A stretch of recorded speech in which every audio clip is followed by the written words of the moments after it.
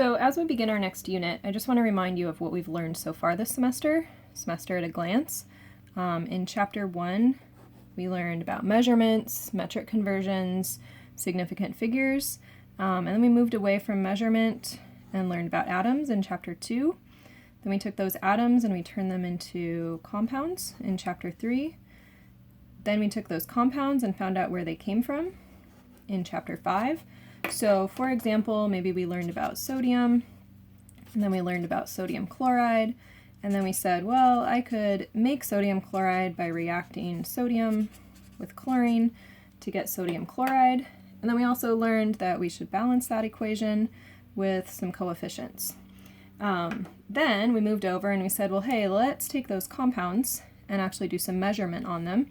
So that was Chapter 4, and we learned a couple of conversions and tools we could use there: mass percent, Avogadro's number, and also molar mass. So that was all in Chapter 4, and now we're going to make another link here, and we're going to take these chemical reactions, and we're going to measure all the things that we did in Chapter 4, but we're also going to include our chemical reactions. And so the major thing that we're going to add here in Chapter 6, in addition to the other measurement skills we have, is we're going to use those coefficients to make what we call mole ratios.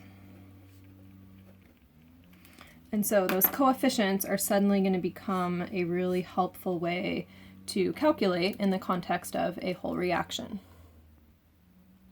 So taking a look at our first slide here, here's what we're going to cover in this chapter. We're going to work on those mole ratios, something called stoichiometry, limiting reactants, some yield. We'll also be talking about energy in reactions in some different ways.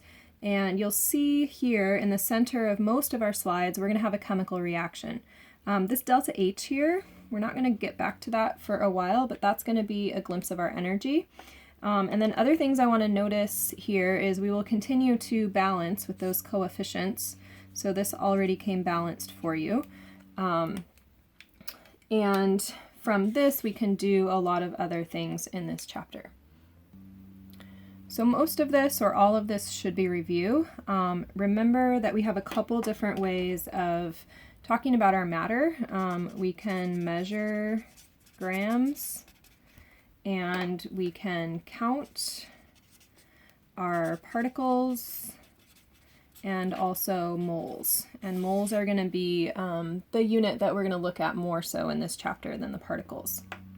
So in order to do that, molar mass was one of our tools that we had to do that. That's always got units of grams per mole.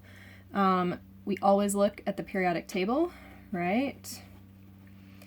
And it's always per 1 mole. So no matter what coefficients you see here that tempt you, it's always per 1 mole when I look at a molar mass. Let's say I look at sodium on the periodic table.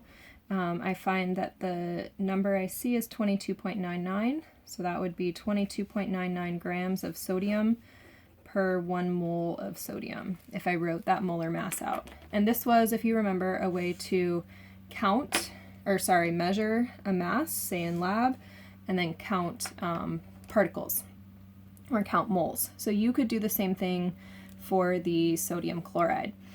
So that's a molar mass. Remember, we could use those molar masses. So let's, for example, take 5 grams of Cl2. It says to convert it to moles, so I follow my units down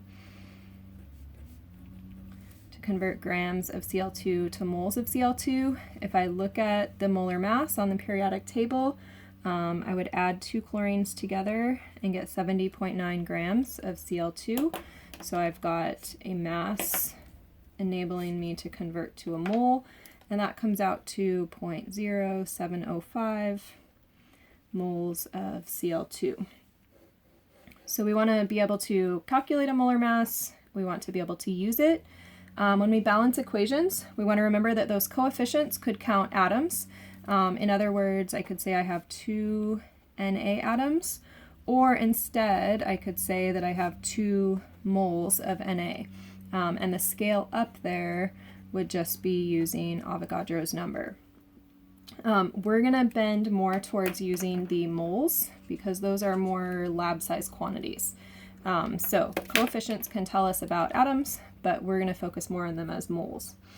And I can use those coefficients also. They're basically going to give me kind of useful ratios, which we'll call mole ratios in a bit here, but let me sketch it out for you as particles, and then we'll move and look at how to use this in problems.